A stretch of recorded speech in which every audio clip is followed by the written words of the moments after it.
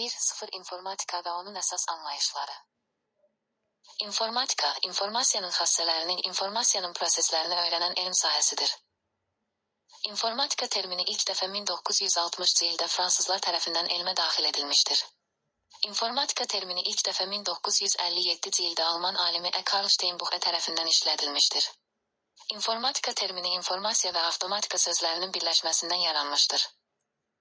İnformatika fənni 1985-ci ildə Azərbaycanda 10-11-ci siniflərdə tədris olunub. 2005-dən bugünə qədər 1-11-ci siniflərdə tədris olunur.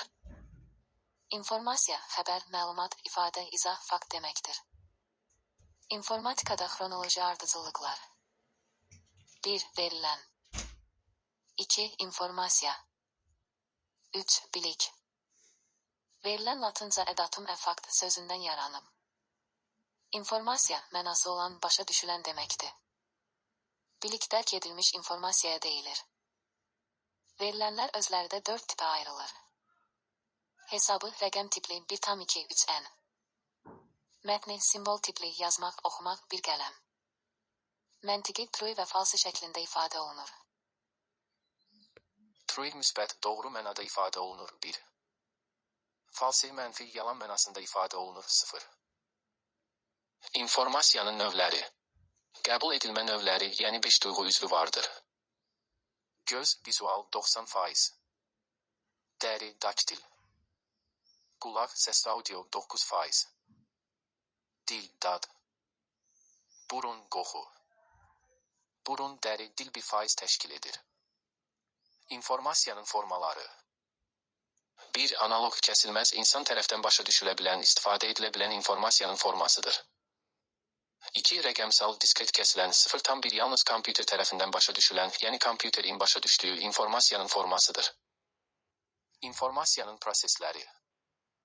Toplanması, saxlanılması, ötürülməsi, emalı və istifadəsi. İnformasiyanın xassələri. 1. Tamlıq. İnformasiyanın tamlığı obyekt haqqında toplanan məlumatın miqdarı ilə müəyyən, biz məlumat verəndə kiməsə tam verməliyik, olunur. 2. Anlaşıqlıq, aydınlıq, informasiyanı alan şəxsin başa düşdüyü şəkildə olmalıdır, aydın olmalıdır. 3. Aktuallıq, alınan informasiya cari vəziyyətə uyğun olmalıdır. 4. Obyektivlik, informasiyanın obyektiv gerçəkliyə uyğun olmasıdır. Şəxsin fikrinin reallığa nə dərəcədə uyğun olub-olmadığını göstərir. İnformasiyanın bir şəxsin fikrindən asılı olmamasıdır. 5. Adekvatlıq, məqsəd və vəzifənin nə dərəcədə uyğunluğunu göstərir. İnformasiyanın növləri, verilmə üsulları, təqdim olunma formaları. 1. Mətni. 2. Ədədi. 3. Qrafiki, şəkil 4. Video 5. Səs, audial.